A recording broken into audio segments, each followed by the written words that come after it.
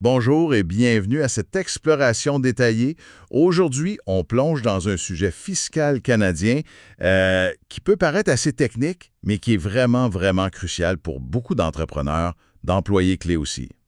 Absolument. On parle des règles sur les prêts faits par une compagnie à ses actionnaires ou à ses employés. On a passé au peigne fin, pour une personne qui nous écoute, pas mal de documents, la loi, des interprétations de l'agence, des jugements. Oui. Notre but aujourd'hui, aller chercher tous les détails importants, toutes les nuances. Vraiment une analyse fouillée. En effet, puis c'est un domaine où les détails, ils comptent énormément. Le point de départ, là, c'est l'article 15, paragraphe 2 de la loi de l'impôt sur le revenu, la LIR, comme on dit. OK. Le principe de base, c'est qu'un prêt d'une compagnie à un actionnaire, ça peut devoir être ajouté direct à son revenu imposable pour l'année. Mais, attention, c'est juste le début de l'histoire, tu sais. Ah oui. Il y a cette règle générale, mais après ça, il y a plein d'exceptions. Puis il ne faut pas oublier les avantages pour les prêts sans intérêt ou à taux bas, et même des affaires plus complexes comme les prêts adossés. OK. L'objectif est clair. On veut vraiment décortiquer ça à fond, comme demandé, comprendre toutes les subtilités, quand ça s'applique, comment les exceptions marchent, c'est quoi les vraies conséquences. Puis on se base juste sur les infos qu'on a. Alors, commençons par la base. Cette fameuse règle du 15-2. Qui est touché, exactement? Mais c'est large. Ça vise d'abord un actionnaire qui reçoit un prêt ou qui contracte une dette envers sa compagnie. OK. Ça inclut aussi si l'actionnaire est dans une société de personnes ou bénéficiaire d'une fiducie, puis c'est la société de personnes ou la fiducie qui reçoit le prêt. D'accord. Mais ça va plus loin. La règle peut s'appliquer si le prêt est fait à quelqu'un qui a un lien de dépendance avec l'actionnaire, genre la famille proche ou d'autres compagnies du même groupe, Exactement. ou même une personne ou une société de personnes qui est juste affiliée à l'actionnaire, puis le prêt lui-même, il peut venir de la compagnie ou d'une compagnie qui lui est liée, ou même d'une société de personnes où la compagnie est associée. Tu sais, c'est assez vaste, hein? Puis quand on dit contracter une dette, c'est juste recevoir de l'argent à un prêt classique? Pas seulement, non. Ça couvre pas mal toutes les formes de dette. Mettons, si un actionnaire achète un bien de la compagnie, mais ne paie pas tout de suite. Ah, le solde à payer. Oui, le prix d'achat impayé, ça compte comme une dette. Un billet à payer aussi. C'est assez large comme définition. Compris. Et là, si la règle s'applique, c'est quoi le coût de barre fiscal? Ben là, le montant total du prêt ou de la dette, il est inclus dans le revenu de la personne qui a emprunté pour l'année où la dette a été contractée. OK. Puis un point super important, souvent méconnu. Ce montant-là, il n'est pas traité comme un dividende. Ah bon? Non. Fait que pas de majoration, pas de crédit d'impôt pour dividende. C'est juste, paf, ajouté au revenu imposable brut. Aïe. Ça fait mal. Mais si on rembourse le prêt après, il y a moyen de récupérer un peu? Oui, heureusement, il y a une sortie. L'alinéa 21J de la loi, ça permet de prendre une déduction. Mais attention, c'est dans l'année où on rembourse réellement le prêt ou la dette. OK, donc pas l'année où on reçoit l'argent. Non, l'année du remboursement. Puis, l'Agence du revenu, l'ARC, elle précise dans ses bulletins, comme le vieux IT 119R4, que si tu as plusieurs prêts, un remboursement va généralement s'appliquer au plus vieux prêt en premier, sauf si tu dis clairement autre chose. Bon, OK. Ça, c'est la règle de base.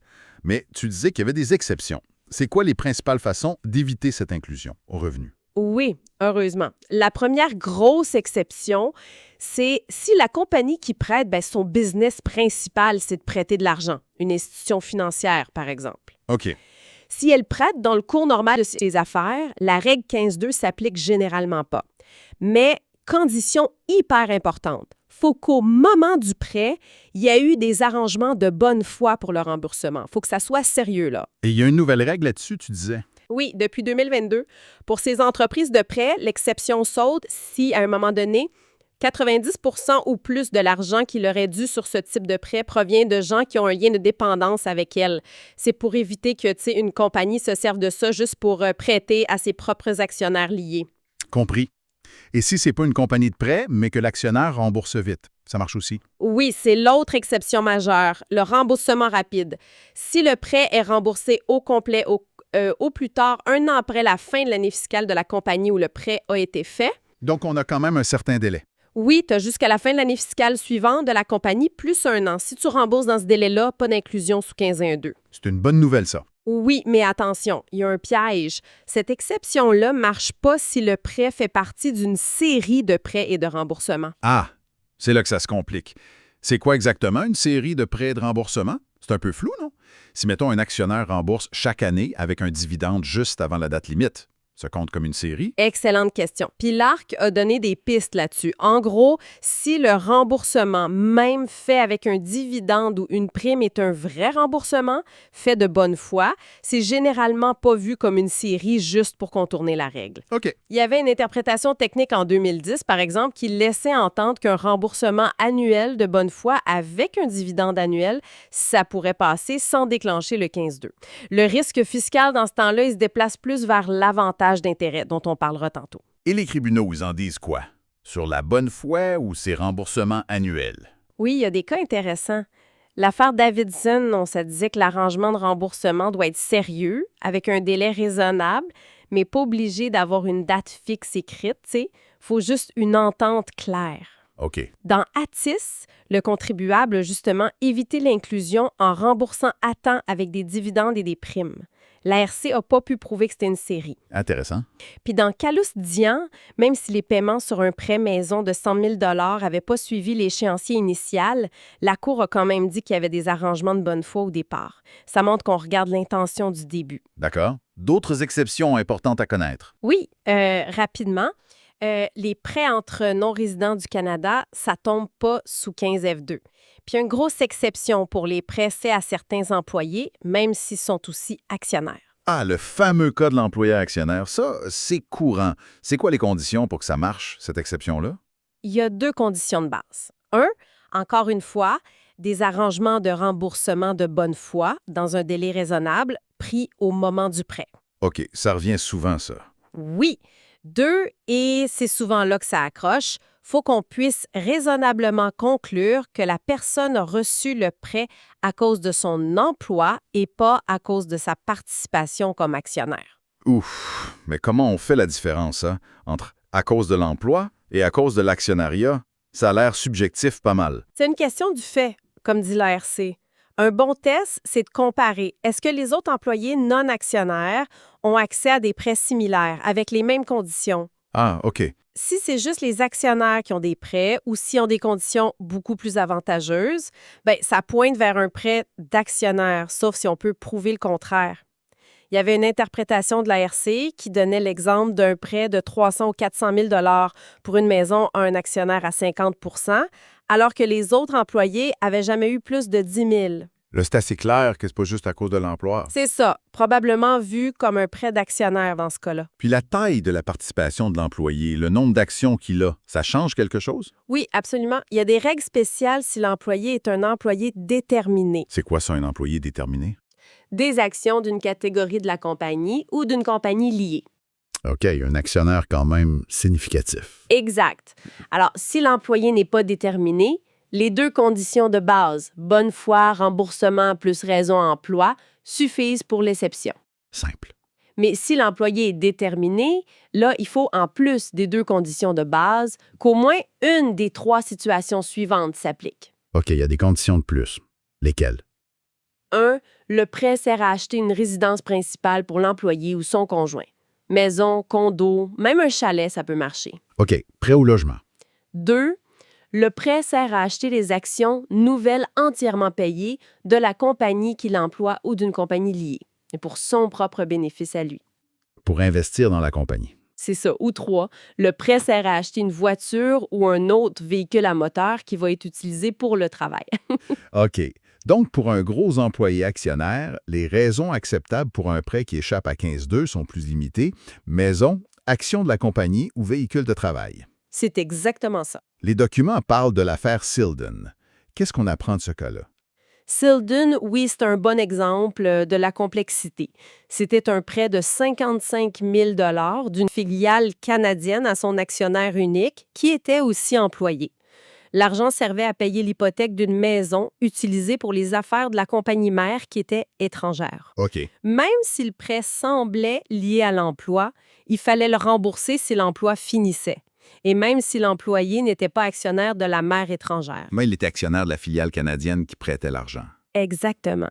Et comme la filiale était liée à la mère, la Cour a dit, à cause de ce lien d'actionnariat avec la compagnie qui prête la filiale, ben le prêt tombe sous 15.2. Ça montre comment la structure des compagnies et les liens entre elles sont super importants. Puis il y a une autre interprétation technique intéressante, 25192511E5, qui disait que si un prêt remplit les conditions d'une exception au début, comme un prêt maison, puis que la compagnie vend ce prêt à une banque plus tard, ça ne déclenche pas automatiquement le 15.2 pour l'emprunteur, si les conditions du prêt ne changent pas. Par contre, si l'emprunteur arrête de payer après la vente, là, l'ARC pourrait revenir voir ça. Intéressant. Bon, changeons un peu de vitesse. On parle aussi de prêts adossés dans les documents. C'est quoi ça, puis pourquoi c'est pertinent? Les prêts adossés ou back-to-back loans, c'est des montages financiers pour essayer de passer à côté des règles sur les prêts aux actionnaires.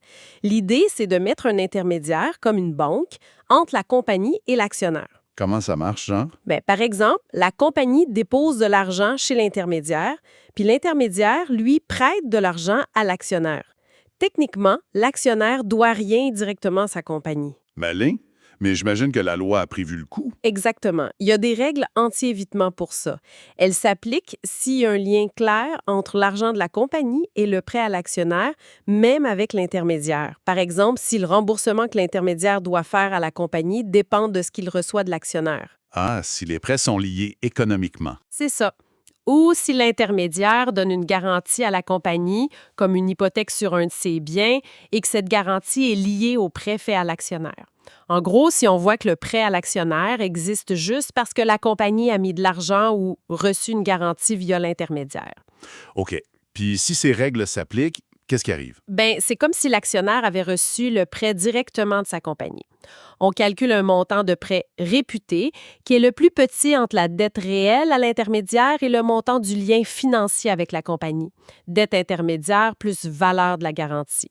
Puis ce montant réputé, il tombe sous 15.2 si l'actionnaire est résident ou sous l'impôt des non-résidents sinon. OK, ça ferme cette porte-là. Autre scénario. Si la compagnie décide juste d'annuler la dette, de dire à l'actionnaire, c'est correct, oublie ça. Ah, la remise de dette, oui. Si un prêt ou une dette d'un actionnaire est remis, pardonné ou réglé pour moins que ce qui est dû, la différence, le montant remis, est généralement un avantage imposable pour l'actionnaire. Dans l'année où la dette est annulée. Oui, puis on calcule ce montant remis après avoir enlevé ce qui a déjà été inclus au revenu sous 15.2 et ce qui a été remboursé, bien sûr. La définition de montant remis pour un actionnaire suit un peu les règles générales de remise de dette de l'article 80, mais avec des différences clés, notamment la dette de l'actionnaire n'a pas besoin d'être une obligation commerciale contractée pour gagner un revenu, puis le calcul est fait pour pas qu'il y ait de double imposition bizarre. Les intérêts pardonnés, par contre, ne sont pas inclus dans ce calcul-là, mais pourraient avoir d'autres impacts. Il y a un ordre précis pour appliquer ces règles de remise par rapport aux autres règles fiscales? Oui, les sources disent que les règles spécifiques de remise de dette aux actionnaires s'appliquent avant les règles générales de l'article 80. La grosse différence, c'est que ça semble mener à une inclusion directe aux revenus de l'actionnaire, sans passer par tout le processus compliqué de l'article 80 où on réduit les pertes reportées, le coût des biens, etc. Donc une imposition plus directe, plus rapide. Souvent, oui. Bon, là, ça devient vraiment intéressant. Parce que même si on évite l'inclusion du prêt sous 16.2, mettons, grâce à une exception, puis qu'il n'y a pas de remise de dette, il peut quand même y avoir un impôt à payer si le prêt est sans intérêt ou à un taux vraiment bas. Exactement. C'est là que l'article 80.4 entre en scène. Cette règle crée un avantage imposable réputé, basé sur un intérêt théorique. Puis ça touche autant les employés que les actionnaires. OK. Comment ça marche pour les employés? Si un prêt est donné à un employé ou à quelqu'un qui lui est lié à cause de son emploi passé, présent ou futur, puis que le taux d'intérêt est plus bas que le taux prescrit ou qu'il n'y a pas d'intérêt pantoute, Oui.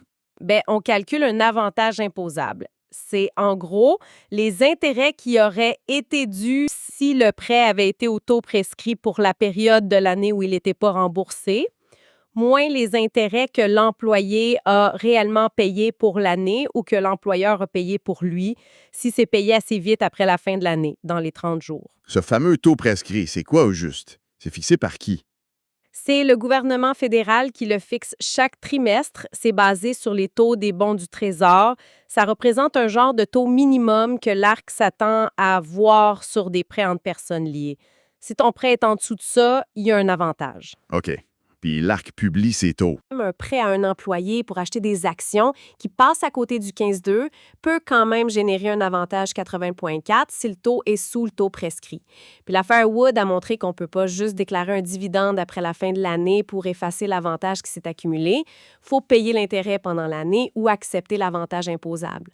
Pour les actionnaires, c'est très similaire. Si un prêt à taux bas ou sans intérêt est reçu à cause de la participation de l'actionnaire ou par une personne liée, etc., on calcule un avantage, intérêt au taux prescrit, moins intérêt réellement payé dans les 30 jours après la fin de l'année. Est-ce qu'il y a des cas où on ne calcule pas cet avantage, même si le taux est bas? Oui, 2 cas principaux. 1.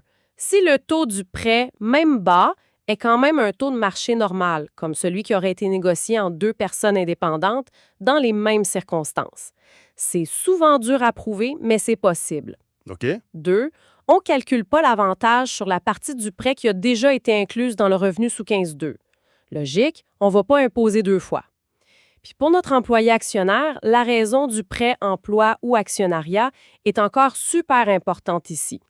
Ça joue sur le 15,2, mais aussi sur le calcul du 8.4 et sur certaines règles spéciales, comme pour les prêts maison.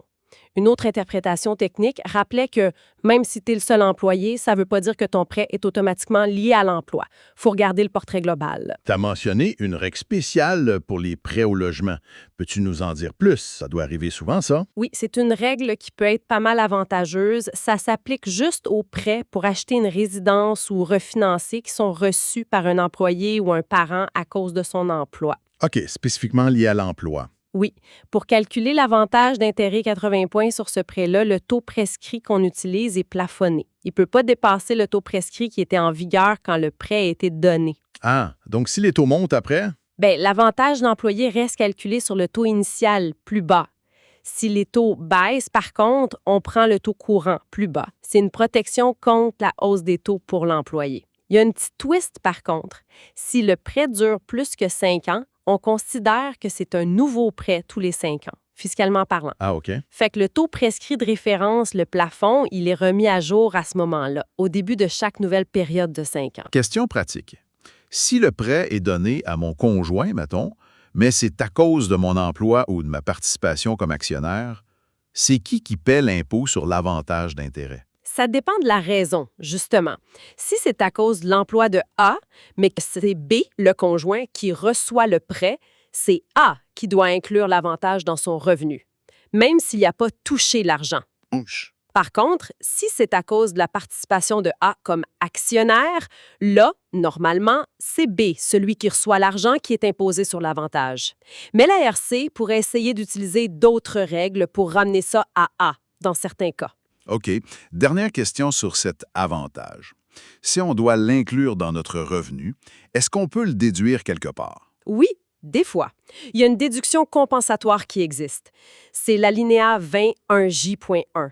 Le montant de la déduction est égal à l'avantage d'intérêt qui a été ajouté au revenu. Ah, donc ça s'annule. Ça peut, oui, mais la grosse condition, c'est que la personne qui a été imposée sur l'avantage doit avoir utilisé l'argent du prêt pour gagner un revenu d'entreprise ou de bien.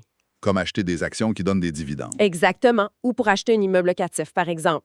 Si tu as utilisé l'argent pour ça, tu peux déduire l'avantage que tu as dû ajouter à ton revenu, mais attention à la restriction qu'on vient de voir. Si c'est A qui est imposé sur l'avantage parce que lié à son emploi, mais que c'est B qui a reçu et investi l'argent, A ne peut pas prendre la déduction, même s'il paie l'impôt. OK, il faut que ce soit la même personne qui est imposée et qui investit. C'est ça. B pourrait peut-être déduire les intérêts dans son propre calcul de revenu de placement, mais A, non.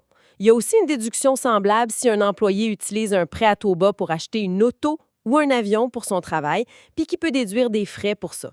Bon, alors, si on résume tout ça, après cette analyse vraiment détaillée, on voit que c'est pas simple pantoute, structurer un prêt entre une compagnie puis un actionnaire ou un employé. C'est comme marcher dans un champ de mine fiscal si on ne fait pas attention. Absolument. Le statut de la personne, employé simple, actionnaire, employé déterminé, le taux d'intérêt ou s'il n'y en a pas, les délais, la réalité des remboursements, est-ce qu'il y a des arrangements clairs et de bonne foi, puis même à quoi sert l'argent, Tout ça, ça a des conséquences qui peuvent être énormes. Tout à fait.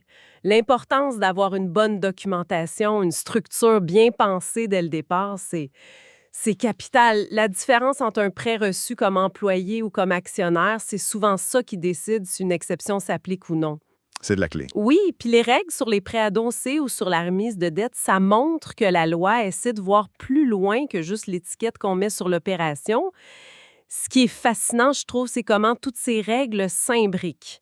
L'inclusion du capital avec 15,2, l'avantage d'intérêt avec 80,4, la déduction quand tu rembourses avec 21J, la déduction possible de l'avantage avec 21J1, plus les remises de dette, c'est tout un système. Ça montre bien qu'il ne suffit pas d'écrire « prêt » sur une feuille de papier. Ce qui compte, ce sont les faits. L'intention derrière, puis vaut mieux qu'elle soit bien documentée et respecter vraiment les conditions des exceptions. C'est ça qui va tenir la route si la RC vient vérifier. Exactement. Puis ça m'amène à une dernière question, une réflexion pour ceux qui nous écoutent. On a vu l'importance de l'intention, emploi versus actionnariat, et des arrangements de bonne foi. Alors, quelle valeur ça pourrait avoir d'avoir une documentation super claire, super détaillée, puis surtout préparée au moment même où le prêt est fait? Une documentation contemporaine là, qui explique noir sur blanc pourquoi on fait le prêt, c'est quoi les modalités de remboursement exactes, comment ça se justifie dans la relation compagnie-emprunteur. Si jamais il y a une vérification fiscale des années plus tard, est-ce que ce genre de dossier béton préparé d'avance pourrait faire toute la différence pour défendre la position qu'on a prise? C'est certainement quelque chose à réfléchir sérieusement pour quiconque navigue dans ces eaux fiscales, disons, agitées. Voilà qui termine notre analyse détaillée pour aujourd'hui.